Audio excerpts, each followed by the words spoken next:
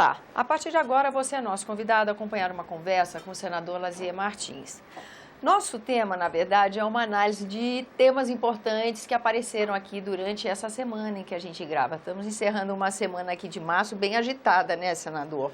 A começar, por exemplo, de ontem para hoje, as pessoas estão manifestando uma certa surpresa com o fato de um projeto que trata da terceirização ter sido aprovado na Câmara dos Deputados. Uma matéria que, na década de 90, foi aprovada no Senado, estava há algum tempo na Câmara dos Deputados e foi votada assim, quase que surpreendeu o senhor essa votação? De certo modo, sim. Porque, como você disse no começo, Tânia, cumprimentando os nossos telespectadores da TV Senado, nós estamos vivendo um turbilhão de temas que se precipitam e eu temo que, de repente, nós não consigamos discutir e votar adequadamente. A gente pode cometer erros pela pressa e pela quantidade de assuntos que estão emergindo nesses dias que nós estamos vivendo. De fato, a votação na Câmara da terceirização me surpreendeu, porque houve pouco anúncio, né? É um projeto antigo que foi desengavetado lá pelo presidente Rodrigo Maia, e trouxe a votação e passou, embora com pequena margem, mas passou.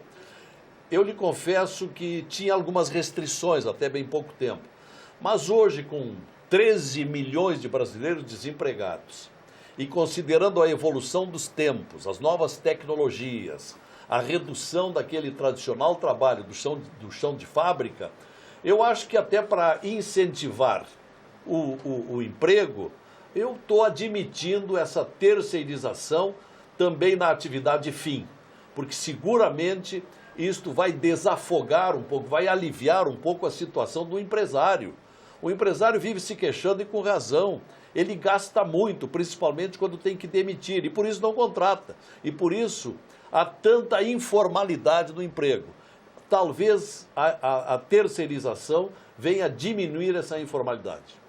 É um tema polêmico, né, senador? Tanto é que a discussão no Senado fica mantida, porque a tramitação do projeto que tem aqui na Casa... Que é um outro projeto. É um outro projeto, segundo decisão do próprio presidente, e ela vai se manter nessa tramitação. Mas não foi só isso que aconteceu essa semana não, né, senador? A gente está vindo voltar à baila questões interessantes, como, por exemplo, após o primeiro impacto da operação da Polícia Federal Carne Fraca, começou-se, então, uma reflexão sobre vários temas importantes, como, por exemplo, o abuso de autoridade ganhou uma nova força, um projeto que já tinha ano passado sido polêmico aqui no plenário da Casa, volta a ter alguma força.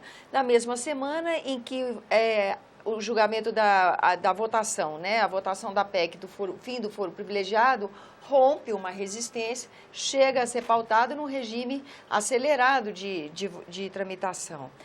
Então, pergunto para o senhor tem uma proposta para mudar a maneira como são escolhidos os ministros do Supremo Tribunal Federal. O senhor acha que esse vai ser um momento em que esse projeto também vai ganhar uma nova força? Eu espero que sim.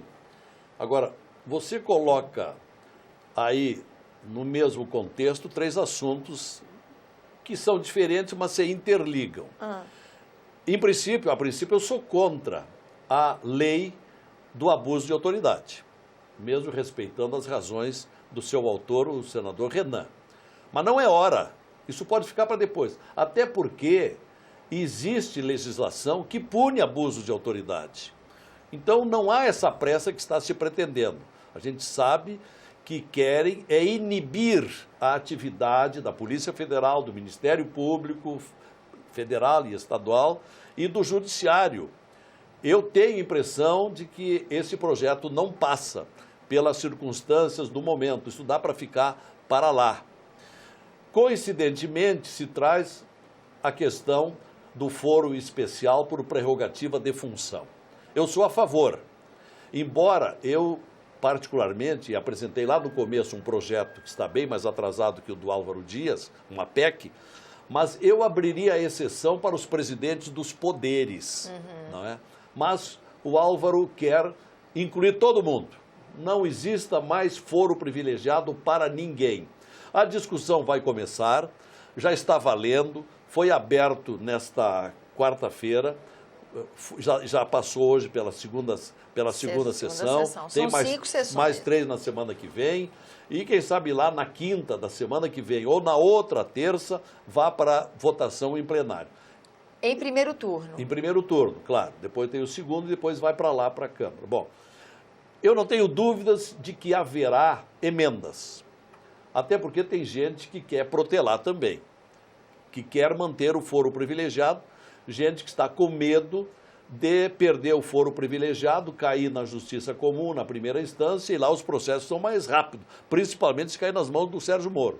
Então, há gente que vai protelar de todas as maneiras, mas o Álvaro Dias tem o mérito de trazer para o debate, um debate que muita gente espera há muito tempo. As redes sociais estão lotadas de manifestações. A sociedade brasileira quer o fim do foro privilegiado. Então, bom, falamos de foro privilegiado. E o projeto? Antes de falar no meu, a questão da lista fechada, que se você permite... Verdade. Essa Reforma questão, política também, Na reforma política... Na verdade, é financiamento de campanha, né? O financiamento de campanha é uma coisa complicadíssima, mas ela não pode ser essa questão imbricada no problema da lista fechada, porque a lista fechada que está aí, ela é mal intencionada, ela é um engodo. Ela está aí para esconder candidatos que querem uma lista fechada, onde quem escolhe a ordem dos nomes é o partido, o eleitor vota não mais no candidato, vota no partido, e é evidente que os nomes colocados em primeiro lugar na lista fechada serão aqueles que têm conveniência e necessidade de salvarem-se de processos a que estão ameaçados. Então, eu não concordo, essa lista fechada é um deboche ao eleitorado brasileiro. Mas e aí a questão do financiamento? Bom, aí vamos tratar desse outro assunto. Porque se atrelam as duas coisas. Mas aí é que financiamento público só é possível por partido. Aí é que está o artifício malicioso para resolver o problema do financiamento, que é realmente um grande problema. Está todo mundo às voltas aí com o medo de não se eleger no ano que vem, porque não tem de onde tirar recurso. Então vamos estudar. O Kassab tem a sugestão, aquela do fundo, né, que se forme um fundo, que se junte também com as contribuições físicas, e ali se faça uma distribuição. Mas como fazer essa distribuição? Mas, senador, aí o fundo é comum a todos os partidos. A todos os partidos, exatamente. E aí vai para os pequenos. Por isso, com prioridade na reforma política, tinha que, em primeiro lugar, trazer o fim das coligações. Sim. E a cláusula de barreira, ao mesmo tempo, porque aí elimina os partidos de aluguel, que esses estão prejudicando, estão incomodando, estão dificultando o financiamento. Entendi. De modo que eu acho o seguinte, em primeiro lugar, vamos impedir essa tal de lista fechada. Esta lista fechada é perversa, ela é de interesses pessoais de muita gente, que está ameaçada. Agora, não vamos usar isto para dizer que o financiamento está subordinado a ela. Não, vamos discutir em separado, vamos fazer uma discussão à parte, desde que seja precedida essa discussão pela cláusula de desempenho e, ao mesmo tempo, pelo fim das coligações. Tá certo, senador. Eu agradeço a sua presença aqui no Terminou? nosso programa. Estamos terminando. Rápido, né? Terminamos ou não? Eu que pergunto para o senhor, né? Não, e uma palavrinha rápida sobre o meu projeto. Claro, a minha claro. PEC. Então não terminou, não. Já está valendo. Já tivemos 2 sessões, faltam 3 na semana que vem. A minha PEC, que foi a primeira que eu apresentei desde que cheguei ao Senado, para mudar a sistemática da indicação do tribunal mais importante do país. E por isso mesmo chamado de Corte Suprema. Porque esse critério que está aí debaixo de suspeições, de atendimento a conveniências partidárias do governo, onde um Gilmar Mendes diz o que bem entende, se transformou agora num ombudsman das grandes questões nacionais, ele fala em tudo, fala qualquer assunto, e sempre tomando uma posição que não é a posição da sociedade. Ora, nós vamos permitir que se continue, que daqui a pouco se tenha um novo ministro, Gilmar Mendes? Não é possível.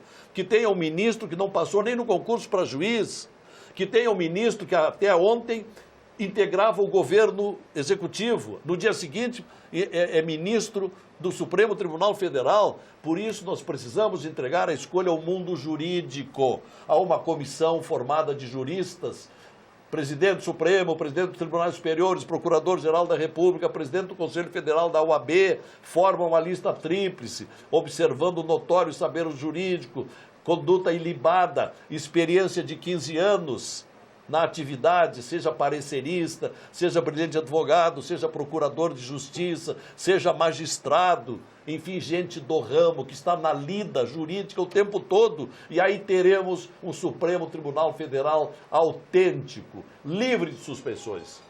Grata pela sua entrevista, senador. Até a próxima. Eu agradeço também a você que nos acompanha, lembrando que esse é o programa Argumento e que você é nosso convidado a fazer sugestões e críticas ao trabalho da TV Senado. E para isso é 0800 61 22 11, que é uma ligação gratuita. Lembro também que há a possibilidade de você rever esse e outro dos nossos programas, usando o endereço eletrônico senado.leg.br/TV. Até a próxima.